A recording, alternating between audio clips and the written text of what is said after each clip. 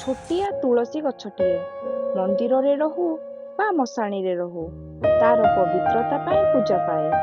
ଠିକ୍ ସେହିଭଳି ମଣିଷ ଦୁନିଆରେ ରହୁ ବା ନ ରହୁ, ତାର ସୁନ୍ଦର ଚେହେରା ପାଇଁ ନୁହେଁ, ତାର ସତ୍ ଚରିତ୍ର ପାଇଁ ସବୁବେଳେ ସମସ୍ତଙ୍କ ହୃଦୟରେ ରହିଥାଏ। ମିଷ୍ଟି ବଚନ ସମାପ୍ତ। ହାଏ, ମୁଁ ପ୍ରିୟା ସ୍ୱାଗତ କରୁଛି ଆପଣଙ୍କୁ ମୋ ମିନି ବ୍ଲଗରେ।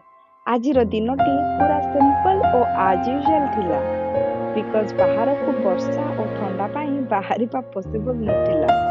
ଏଠି ମୋ ଆର୍ୟନ ସବୁ ଚାଉଳ ପକେଇ ନିଜେ କେମିତି ସଫା କରୁଛି ଦେଖନ୍ତୁ। ମସ୍ତ ଶୋଇଲା ପାଗଟେ ହେଇଛି, ବଟ୍ ଦିନ ଯାକ ବିଜି ରହିବାକୁ ପଡ଼ିଥିଲା। Thank you so much. Stay tuned, bye bye.